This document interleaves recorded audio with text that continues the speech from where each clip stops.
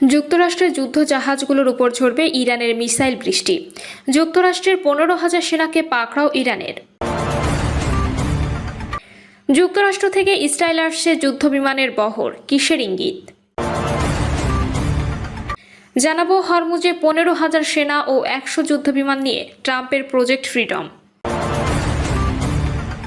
ইরানের ভয়ে আরও যুদ্ধ বিমান কিনছে ইসরায়েল। এবং সর্বশেষ জানাবো আল জাজিরার প্রতিবেদন, সংঘাত ভুলে শান্তির পথে ইরান আমেরিকা।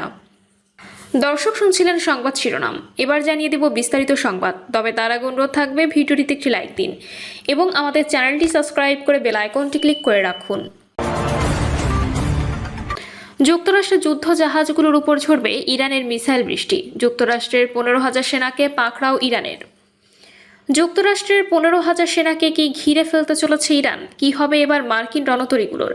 কারণ ইরানের বাধা উপেক্ষা করে হরমুজ প্রণালীতে জোর খাটাতে চাইছে যুক্তরাষ্ট্র। এজন্য হাজার হাজার সেনাসহ অত্যাধুনিক সমরাস্ত্র নিয়ে ওই অঞ্চলটিতে উত্তাপ ছড়ানোর পায়তারা করছে মার্কিন কেন্দ্রীয় কমান্ড।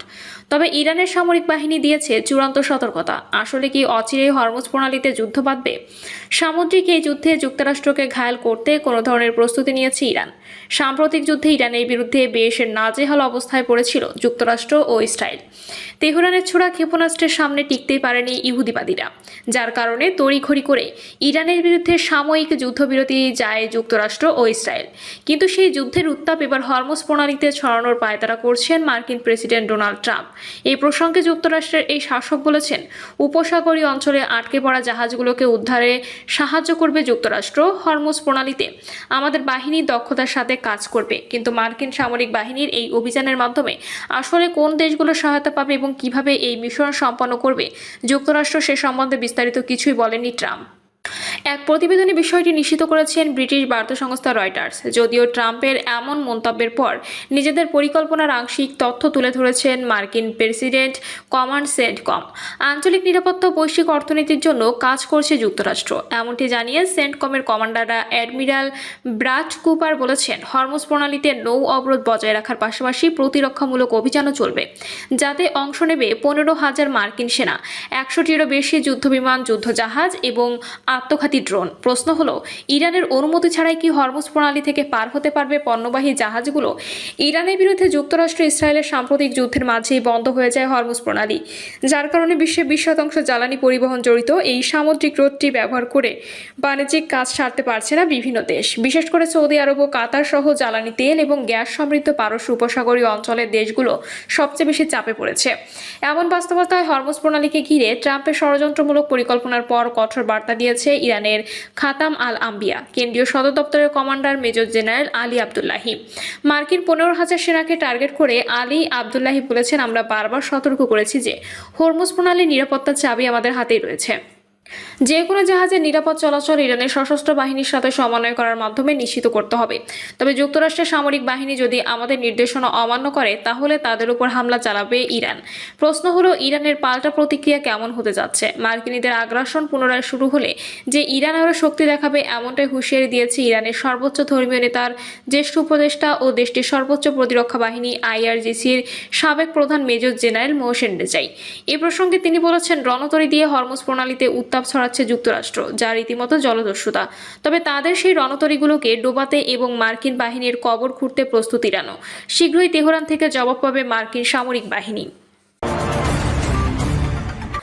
যুক্তরাষ্ট্র থেকে ইসরায়েলে আসছে যুদ্ধ বিমানের বহর, কিসের ইঙ্গিত?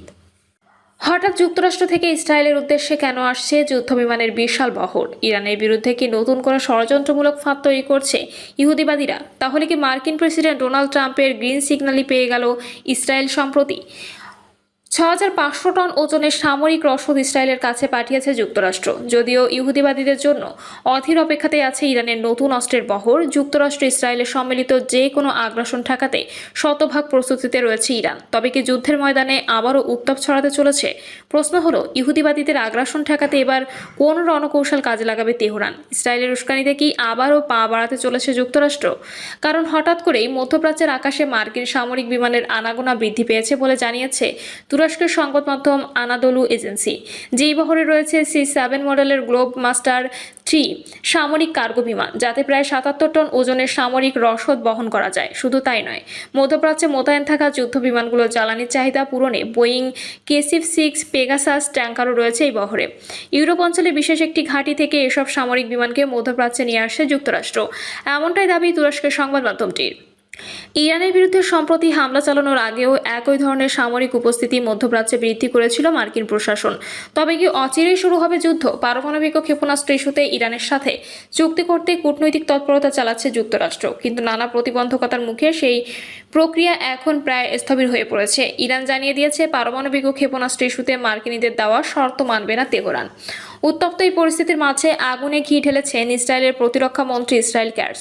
সম্প্রতি এই প্রসঙ্গে তিনি বলেছেন, ইরানের বিরুদ্ধে নতুন করে হামলা চালাতে ট্রাম্পের গ্রিন সিগন্যালের অপেক্ষাতে আছে ইসরায়েল। আমাদের স্বার্থ আদায় না হলে অচিরেই ইরানের বিরুদ্ধে হামলা শুরু হবে। এদিকে সাম্প্রতিক যুদ্ধ থেকে অভিজ্ঞতা নিয়ে নিজেদের সামরিক শক্তি বৃদ্ধি করেছে ইসরায়েল, কারণ ইরানের বিরুদ্ধে ওই যুদ্ধে ব্যাপক নাস্তানাবুদ অবস্থায় পড়েছিল ইহুদিবাদী দেশটি। তাই তো যুক্তরাষ্ট্রের কাছ থেকে কয়েক ডজন F-35A এবং F-15IA মডেলের যুদ্ধবিমান কেনার উদ্যোগ নিয়েছিল ইসরায়েল।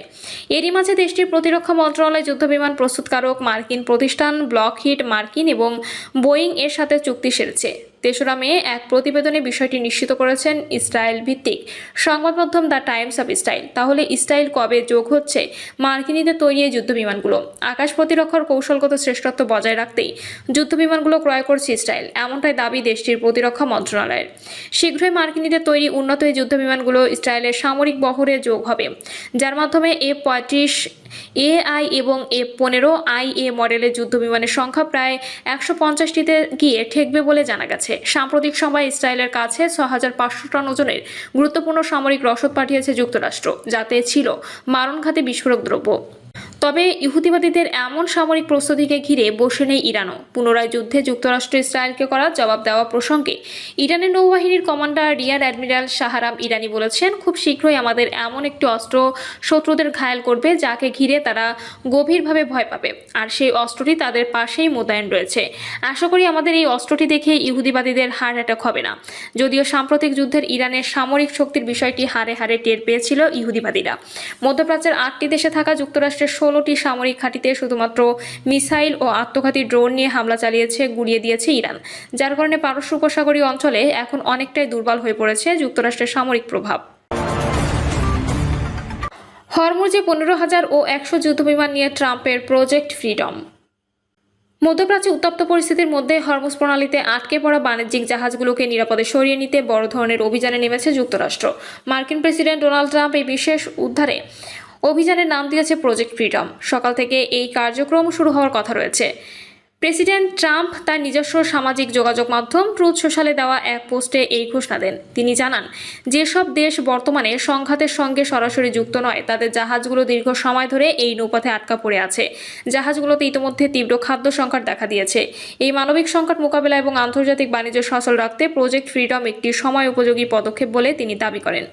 মার্কিন সামরিক বাহিনীর সেন্ট্রাল কমান্ড এই অভিযানে পূর্ণ সহায়তার ঘোষণা দিয়েছে। তারা জানিয়েছে, 4 মে থেকে শুরু হওয়া এই কার্যক্রমে প্রায় 15,000 মার্কিন সেনা সরাসরি অংশগ্রহণ করেছে। জাহাজগুলো নিরাপত্তা নিশ্চিত মোতায়েন করা হয়েছে শক্তিশালী ক্ষেপণাস্ত্র বিধ্বংসী ডেস্ট্রয়ার এবং শতাধিক অত্যাধুনিক যুদ্ধবিমান। সেন্টকমের পক্ষ থেকে জানানো হয়েছে, হরমুজ প্রণালীতে বাণিজ্যিক জাহাজ চলাচলের স্বাধীনতা ফিরিয়ে আনাই তাদের প্রধান লক্ষ্য। ডোনাল্ড ট্রাম্প এই উদ্যোগকে একটি মানবিক পদক্ষেপ হিসেবে অভিহিত করে বলেন, এটি যুক্তরাষ্ট্র মধ্যপ্রাচ্যের দেশগুলোর পাশাপাশি ইরানের পক্ষ থেকেও একটি ইতিবাচক আচরণ হিসেবে গণ্য হওয়া উচিত। তবে তিনি একই সাথে কড়া হুঁশিয়ারি উচ্চারণ করেছেন যে জাহাজগুলো নিরাপদে সরিয়ে নেওয়ার পথে কোনো পক্ষ বাধা সৃষ্টির চেষ্টা করছে, মার্কিন বাহিনী তাদের কঠোরভাবে মোকাবেলা করবে। বিবিসি ও আল জাজিরা তথ্যানুসারে হরমুজ প্রণালী বিশ্বের অন্যতম গুরুত্বপূর্ণ জ্বালানি ও পণ্য পরিবহনের রুট। এখানে জাহাজ চলাচলে বিঘ্ন ঘটলে বিশ্ব অর্থনীতিতে বড় ধরনের নেতিবাচক প্রভাব পড়ার আশঙ্কা থাকে। ট্রাম্পের এই নতুন পরিকল্পনার ফলে আটকে পড়া নাবিক ও জাহাজ মালিকদের মধ্যে কিছুটা স্বস্তি ফিরবে বলে আশা করা হচ্ছে। আল জাজিরার প্রতিবেদন, সংঘাত ভুলে শান্তির পথে ইরান আমেরিকা।